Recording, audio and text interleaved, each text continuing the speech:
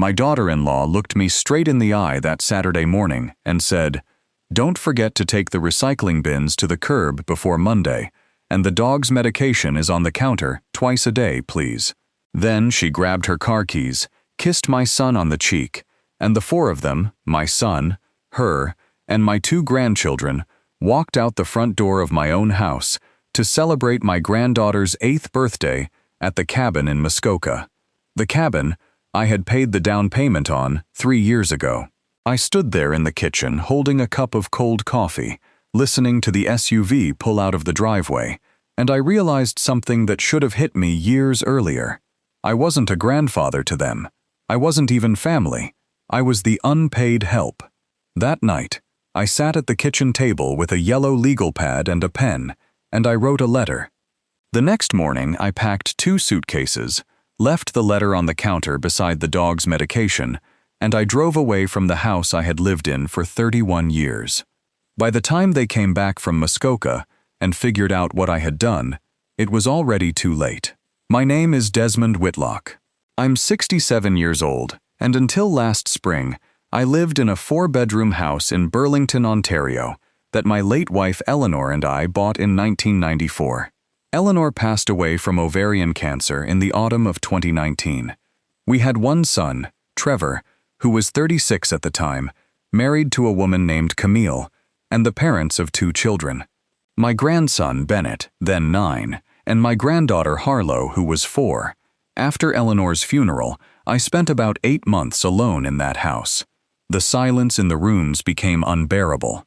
I would pour 2 cups of tea in the morning out of habit, and then remember halfway through that I was the only one drinking. So, when Trevor sat across from me at the dining table one Sunday in the summer of 2020 and told me that he and Camille were struggling with their mortgage in Oakville, and that if they sold their place and moved in with me for a couple of years, they could save up for something better, I said yes before he even finished the sentence. I told myself I was helping them. I told myself I was helping me, too. The truth, I think, was that I was lonely, and I was willing to pay any price not to be lonely anymore. The price turned out to be higher than I knew. In the beginning, it was lovely. Camille was warm and chatty in those first weeks. She baked banana bread and brought me a slice on a small plate. Bennett asked me to teach him how to skate properly, because his hockey coach had said his stride was sloppy, and we spent 2 Saturdays in a row at the rink in Aldershot, just the 2 of us, and I felt useful for the first time since Eleanor had died. Harlow would crawl up onto my lap when I sat in the recliner and ask me to read her the same picture book about a moose lost in Algonquin Park, over and over, until I could recite it from memory. Then, slowly, things shifted. I didn't notice at first, because the changes were so small. Camille stopped knocking before walking into my bedroom. She started rearranging the kitchen cupboards for efficiency, and one afternoon, I came home from the hardware store to find that she had moved Eleanor's hand-painted teapot, the one Eleanor had bought on our honeymoon in Prince Edward Island, into a cardboard box in the basement. When I asked Camille why, she smiled in that bright, practiced way of hers and said, "Oh, Desmond, I just thought it didn't really fit the new aesthetic. The kids almost knocked it off the counter twice." She didn't ask.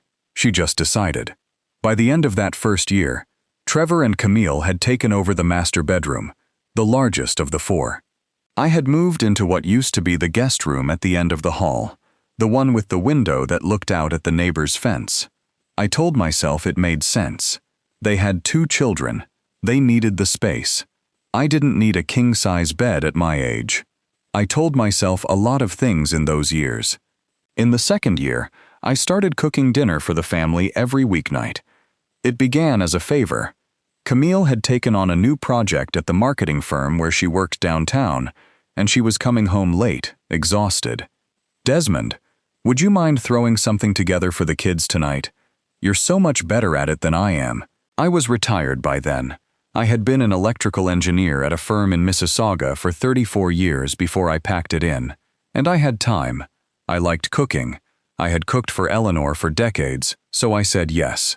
By the 3rd year, throwing something together had become every meal, every day, including weekends. By the 4th year, Camille was leaving me notes on the fridge. Bennett has a soccer practice at 5 o'clock. Harlow has dance at 6:15. Please have dinner ready at 4:30 sharp so we can eat before we go. By the 5th year, the year my granddaughter turned 8, the notes had become commands. Don't forget to start the laundry.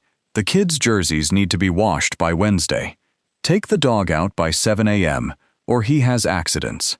The dog, by the way, was Camille's, a border collie named Scout that she had impulsively bought from a breeder near Guelph and then quickly grown bored of. The dog became my responsibility within 3 months of arriving. I never said no. That's the part that still keeps me up some nights. I never said no even once. I think I was so afraid of being alone again that I convinced myself this was what family looked like. Eleanor had always been the one who set the boundaries in our house. Eleanor was the one who would have said, "Camille, we need to talk." But Eleanor was buried under a maple tree in the cemetery on Plains Road, and I was alone in a house that no longer felt like mine. The thing that finally broke something inside of me happened in late April. Trevor had received a major promotion at the engineering firm, where he worked vice president of operations, a job I knew he had been chasing for years. I was proud of him. I had taught him when he was a boy how to read a circuit diagram on the kitchen table, and a part of me believed I had something to do with the man he had become.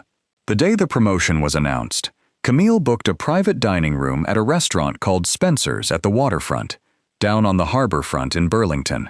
It's the kind of place where the menu doesn't list prices, and the wine list is bound in leather. She invited her parents, who lived in Oakville. She invited her sister and her sister's husband up from Niagara. She invited Trevor's 2 cousins from Trevor's mother's side, who lived in Hamilton. She invited the children. She did not invite me. I found out about the dinner the way you find out about most things in a household where you have become invisible, by overhearing it. I was in the den fixing the leg of an end table that Bennett had cracked while wrestling with his friend, and Camille was in the kitchen on the phone with the restaurant, confirming the reservation for 9 people. 9, I counted in my head. Trevor, Camille, Bennett, Harlow, her 2 parents, her sister and brother-in-law, and Trevor's 2 cousins. 9. I waited 2 days hoping someone would mention it, hoping she had simply forgotten to tell me, or that the invitation was sitting on the dining room table, waiting to be handed over. Nothing. The morning of the dinner, Camille came into the kitchen in a navy dress, her hair done, her perfume strong enough to taste, and she said the words, "I will never forget for the rest of my life. Desmond will be back around 11. There's leftover meatloaf in the fridge from Tuesday. It's still good. And Scout's medication is on the counter. Twice a day, please. Oh, and the recycling needs to go out before Monday morning." She didn't even look at me when she said it. She was checking her phone. Trevor walked through the kitchen a moment later in a charcoal suit. He clapped me on the shoulder the way you might clap a colleague at the office and said, "Hey, Dad, thanks for holding down the fort. We'll bring you back a slice of cake." A slice of cake from his own promotion dinner in a restaurant where the wine list is bound in leather. Paid for, I had no doubt, with a card I had co-signed back when his credit had been bad in his late 20s. They left. I stood at the front window and watched the SUV pull out of the driveway. My grandson didn't even wave. I sat down at the kitchen table, and I didn't cry. I think I had used up most of my tears on Eleanor. What I felt instead was something colder, clearer. It was like the moment a piece of equipment finally fails after years of warning sounds you have been ignoring. Something in me clicked over from grief to clarity. I got up. I poured the cold meatloaf into Scout's bowl. He ate it gratefully. Then I went into my bedroom, the small one at the end of the hall, and I opened the bottom drawer of the dresser, where I kept the things that were still mine. The deed to the house, Eleanor's death certificate, my will, which I had updated in 2020 and never looked at since, and the business card of a lawyer named Margot Ellsworth, who had handled Eleanor's estate. A kind woman in her early 50s, with gray-streaked hair and a quiet manner, whose office was on Brant Street. I sat on the edge of the bed, and I dialed her number on my mobile. It was a Saturday evening, but her after-hours line invited me to leave a message. I did. I said, "Margot, this is Desmond Whitlock, Eleanor Whitlock's husband. I need to speak with you on Monday morning, first thing if possible. It's urgent, but it's not an emergency. I need to make some changes." That night, I ate a bowl of plain oatmeal at the kitchen table, and I started planning. The thing about being invisible for years is that no one notices you when you start to move. Camille didn't notice that I had taken 3 weekday mornings off in a row to drive into the city. Trevor didn't notice that I had been to the bank on Tuesday and the lawyer's office on Wednesday. Neither of them asked where I went because for years they hadn't asked where I went. I was furniture. Furniture doesn't have errands. In the first week, I met with Margot Ellsworth in her office overlooking the lake. I told her everything. I told her about the move-in 5 years earlier, the slow erosion, the meatloaf, the dinner at Spencer's. She listened without interrupting, taking notes on a yellow pad of her own. When I finished, she set down her pen, and she said something I will carry with me for the rest of my life. "Mr. Whitlock, you have been more patient than the law requires you to be. Let's talk about what you actually want." What I wanted, I told her, was to leave. Quietly, completely, and on my own terms. I didn't want to fight. I didn't want a confrontation. I didn't want lawyers shouting at each other across a table in a courtroom in Hamilton. I wanted the keys to a different life. Margot explained my options carefully. The house was solely in my name. Trevor and Camille had no legal claim to it whatsoever. They were, in legal terms, residents at my pleasure, with no lease, no rental agreement, and no documented contribution to the mortgage, which I had paid off in 2014. I could ask them to leave with 30 days' notice under Ontario law, and if they didn't go, I could begin a formal eviction process. But Margot suggested something cleaner. "List the house," she said. "Sell it. The new owners will inherit any obligation to deal with the occupants. But if you draft the offer carefully, with a closing date that gives your son and his family proper notice, and you communicate that notice in writing, you can walk away without ever raising your voice. The proceeds are yours. You can be in a new place before they have time to put up a fuss." I asked her how long it would take. She said, "Conservatively, 3 to 4 months from listing to closing in the current Burlington market. Possibly faster." I told her to begin. The second week, I met with a real estate agent named Priya Sandhu, who Margot recommended. Priya was brisk, professional, and discreet. I told her I needed to list the house quietly, no sign on the lawn, no open houses while the family was home. She arranged for private showings on weekday afternoons when Trevor was at work and Camille was at her office. The kids were in school. We had 4-hour windows. Priya brought a stager who came in while I was the only one home and rearranged the living room with throw pillows and a vase of eucalyptus. And Priya took photos for the listing. I told Camille, when she asked why the cushions had moved, that I had been bored. She rolled her eyes and went upstairs. In the third week, I drove up to a town called Stratford, about 2 hours west of Burlington. I had been there once with Eleanor, decades ago, to see a play at the festival. I remembered the river, and the swans, and the streets lined with red brick. I rented a 1-bedroom apartment above a bookshop on Ontario Street, fully furnished, month to month, paid for in cash. I told the landlord, a retired schoolteacher named Mrs. Kowalchuk, that I was going through a transition. She nodded as if she understood entirely, and she handed me the keys. In the fourth week, an offer came in on the house, above asking. A young family, 2 doctors with a baby, who needed to close in 90 days. I accepted. Through all of this, I kept cooking dinner. I kept walking Scout. I kept taking the recycling bins to the curb on Sunday nights. I kept washing Bennett's hockey jerseys. I kept reading Harlow her bedtime story when she remembered to ask, which by then was rare. What I had begun to notice in the last few weeks was that none of them really looked at me anymore. Trevor came home from work and went straight to the basement office. Camille came home and went straight to the master bedroom to change. The kids were on their tablets. I would set the table for 5 and call them down, and they would eat in 15 minutes, looking at their screens, and disappear again. The house had become a hotel where I was the night manager. In the 7th week, 2 months after the dinner at Spencer's, I sat down at my desk in the small bedroom, and I wrote the letter. I had been writing it in my head for weeks. I wanted it to be honest, but not cruel. I wanted it to be clear, but not bitter. I wrote 3 drafts and burned the first 2 in the backyard fire pit on a Sunday evening. The final draft was 4 pages handwritten on cream paper. Trevor, by the time you read this, I will have already gone. I have sold the house.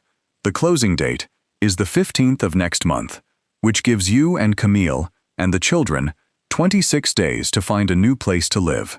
I am sorry for the short notice, but I think we both know that a longer notice would not have produced a different outcome. I am not angry. I want you to understand that. I am tired. There is a difference, and at 67, I have learned the difference well.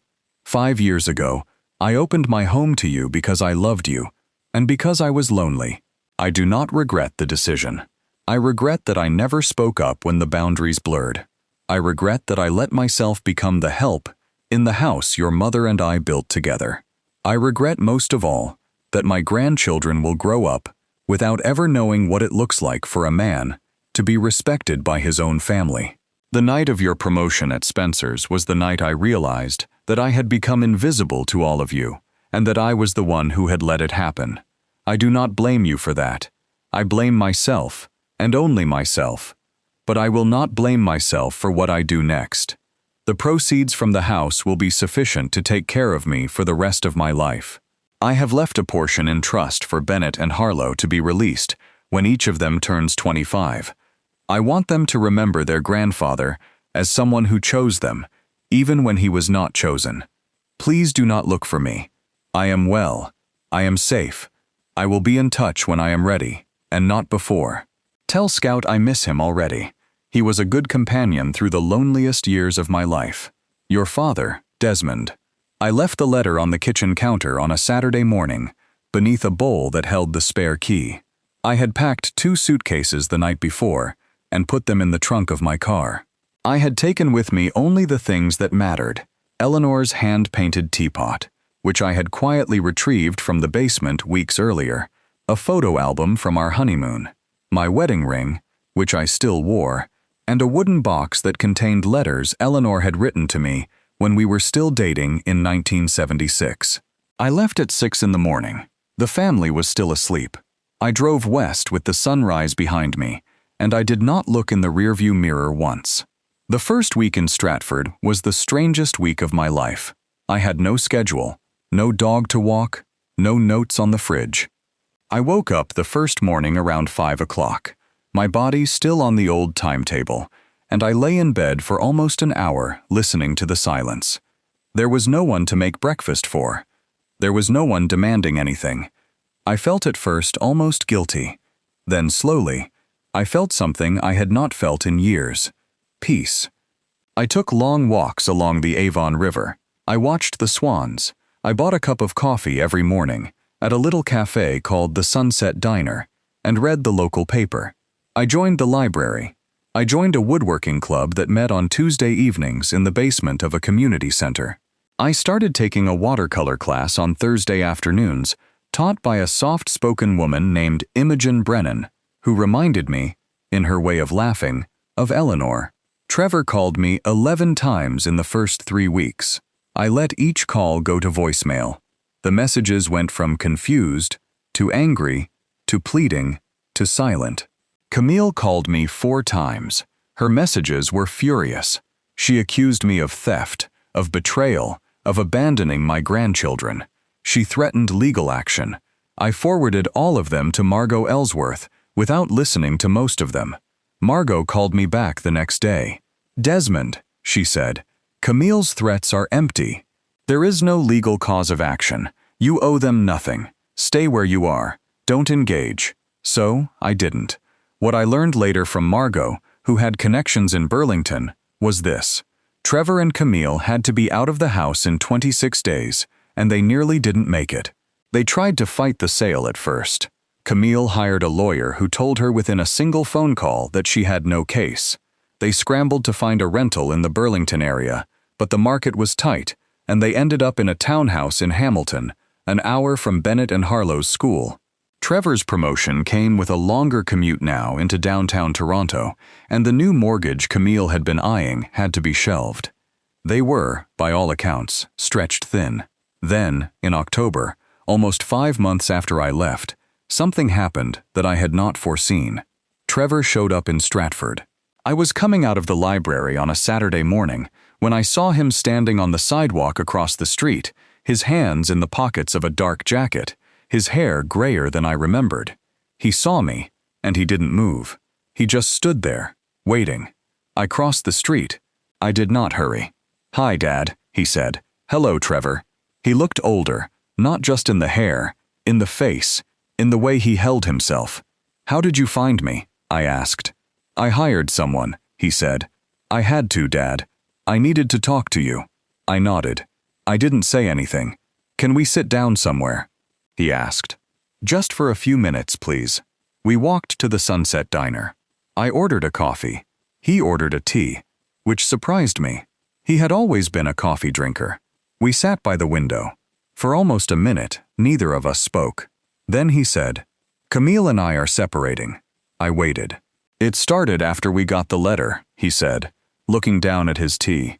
"I didn't tell her right away that I had read it. I sat with it for a couple of days. I think I knew, Dad. I think I had known for a long time. I just didn't want to know." I took a sip of my coffee. I let him talk. He told me, over the next hour, that the letter had broken something in him, that he had read it sitting in his car in the driveway of the house, my house, before going inside, that he had cried for the first time since his mother's funeral, that he had gone inside and shown it to Camille, and Camille had laughed, and that something in him, he said, had finally seen her clearly for the first time in a decade. He told me that he had been talking to a counselor in Hamilton for the last 3 months, that he had begun to understand, in the slow and painful way that men of our family come to understand things, that he had stood by while his wife treated his father like a servant, that he had told himself it was easier, that he had been ashamed. "I'm not asking you to forgive me, Dad," he said. "I don't expect that. I'm not even asking to be in your life again, although I would like to be. I'm asking you to know, that I see it now, that I'm sorry." I looked at him for a long time. I thought about Eleanor. I thought about what she would have said. I said, "I forgive you, Trevor. I forgave you a long time before you asked. But forgiveness is not the same thing as going back to the way it was. Do you understand?" He nodded. There were tears in his eyes. "I would like to know my grandchildren again," I said, slowly, "on my terms. I would like Bennett and Harlow to know that their grandfather did not abandon them. I would like them to come to Stratford on weekends when they are ready. I would like to teach Bennett how to use a wood lathe. I would like to take Harlow out on the river to feed the swans." Trevor wiped his eyes with the back of his hand. "Yes," he said. "Yes, Dad. We can do that." "Camille is not welcome in my home," I said. "Not now. Not ever. Do you understand that as well?" "Yes," he said. "I understand." We sat in silence for a few more minutes. Then he stood up, and he hugged me properly. Hugged me the way he used to when he was a boy, and he said he would call me in a week, and he left. That was last autumn. The divorce was finalized in January. Camille got the townhouse in Hamilton, and a settlement that was less than she had hoped for, because Trevor's lawyer was thorough, and Camille's hands were not as clean as she had pretended. Trevor moved into a smaller apartment closer to the kids' school.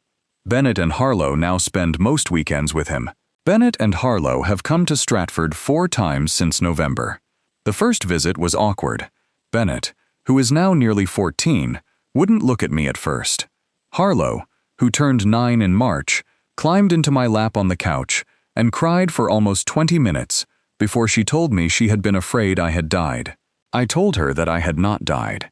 I told her I had simply needed to find a place where I could be myself again. She thought about that for a long time, and then she nodded, the way 9-year-olds nod when they are accepting something complicated, and she asked if I would read to her. I did. The book about the moose, lost in Algonquin Park. I still remembered it by heart. I am 68 years old now. I live above the bookshop on Ontario Street. I make my own breakfast. I walk along the river every morning. I am painting watercolors that are not very good but that I enjoy. I am building a small cedar bench in the woodworking club, which I plan to give to Bennett when it is finished. I have made friends, real friends, for the first time in a long time. There is a woman in my watercolor class, Imogen, who I have begun to have dinner with on Saturday evenings. She lost her husband 6 years ago. We understand each other in a way that needs few words. Eleanor would have liked her. I think Eleanor would have liked all of this. If you are listening to my story tonight, and you are a parent who has begun to feel invisible in the home you built, I want you to hear something clearly. Loneliness is a real grief, and it deserves your compassion. But loneliness is not a contract that obligates you to disappear into someone else's life. You are allowed to be useful and respected at the same time. Those two things are not enemies. I want you to hear this too. The people who love you do not need to be reminded to set a chair for you at the table. They do not need to be told that your birthday is worth celebrating. They do not need to be asked twice a day to treat you like a person. If you find yourself begging for those things in the quiet of your own kitchen, then you are not living with people who love you. You are living with people who use you. There is a difference, and at any age you are allowed to learn it. I want you to hear this last thing, especially if you are 60 or 65 or 70, and you believe that the time for change has passed. The time for change has not passed. I sold a house at 67 and started a new life 2 hours away, with 2 suitcases and a teapot. I made friends. I learned to paint. I fell into a quiet kind of companionship with a kind woman over watercolors and dinner. I rebuilt a relationship with my son on terms that respected me. None of it was easy. All of it was possible. You are not too old. You are not too tired. You are not too far gone. You are simply ready, perhaps for the first time in your life, to choose yourself. And that, I have learned, is the beginning of everything.